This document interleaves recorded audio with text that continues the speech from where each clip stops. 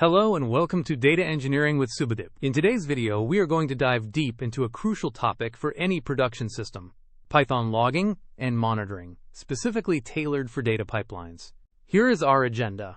We will start by understanding the limitations of simple print statements. Then we will learn how to implement structured logging, use correlation IDs to trace entire workflows, and finally integrate our Python application with GCP Cloud Logging and Error Reporting for a robust, production-ready solution. Many of us start by using print statements for debugging. While useful during development, they fall short in a production environment. Print statements lack critical context like severity levels and timestamps. They are difficult to search, cannot be easily turned on or off, and are not structured for automated analysis. The solution is structured logging. Instead of plain text strings, we log information in a consistent key-value format, like JSON. This makes our logs machine-readable, allowing powerful searching, filtering, and visualization in modern log management systems. Implementing this in Python is straightforward with a library like python-json logger. First, you install the library. Then, you configure a logger to use the JSON formatter. When you log a message, you can pass a dictionary to the extra parameter, and these key-value pairs will be automatically added to your JSON log output. In a data pipeline, a single task often involves multiple steps, like extract, transform, and load. How do you trace one specific run through all these stages? The answer is a correlation ID. This is a unique identifier that you create at the beginning of a workflow and include in every single log message related to that run. Here's how you can implement it.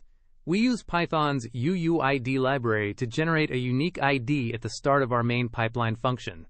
We then pass this ID as an argument to each subfunction, like extract and transform, and include it in the extra dictionary for every log message. Now we can easily filter our logs to see the entire history of a single run. Logging to the console is fine for development, but in production, we need a centralized place to store and analyze logs from all our services. Google Cloud Logging is a perfect solution. It provides powerful searching, allows you to create alerts based on log patterns, and handles long-term storage for compliance.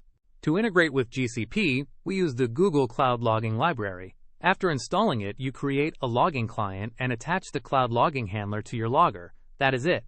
Now, any message you log using this logger instance will be automatically sent to Google Cloud Logging. The handler automatically formats logs as JSON, making our extra fields immediately searchable. And this is what it looks like in the GCP Log Explorer.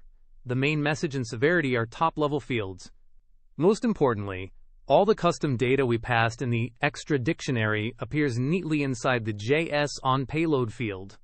You can now write powerful queries like show me all logs where JSON payload.correlation_ID equals XYZ 789. While logging errors is good, it can create a lot of noise. If the same error happens 1,000 times, you get 1,000 log entries. This is where error reporting tools come in. They are designed to group identical errors, analyze their frequency, provide detailed stack traces, and actively alert you when a new type of error appears. GCP also offers a dedicated error reporting service. The integration is again very simple. You install the client library, and inside your except blocks, you call the report_exception method. This sends the full exception details, including the stack trace, to GCP, where it will be analyzed and grouped with similar errors.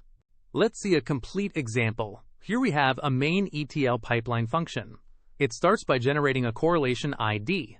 At each step, extract, transform, and load, we log an informational message with extra context, like the file name and record count. The entire process is wrapped in a try, except block. If any step fails, we log a detailed error and report the exception to GCP before re-raising it. So to summarize our key takeaways for building robust data pipelines. First, always log in a structured format like JSON. Second, use correlation IDs to trace workflows from end to end. Third, send all your logs to a centralized platform for easier analysis. And finally, use a dedicated error reporting tool to aggregate exceptions and alert you to problems proactively. Thank you so much for watching. I hope this tutorial helps you build more reliable and observable data pipelines. If you found this video helpful, please hit the like button, share it with your colleagues, and subscribe to Data Engineering with Subhadeep for more content like this. See you in the next one.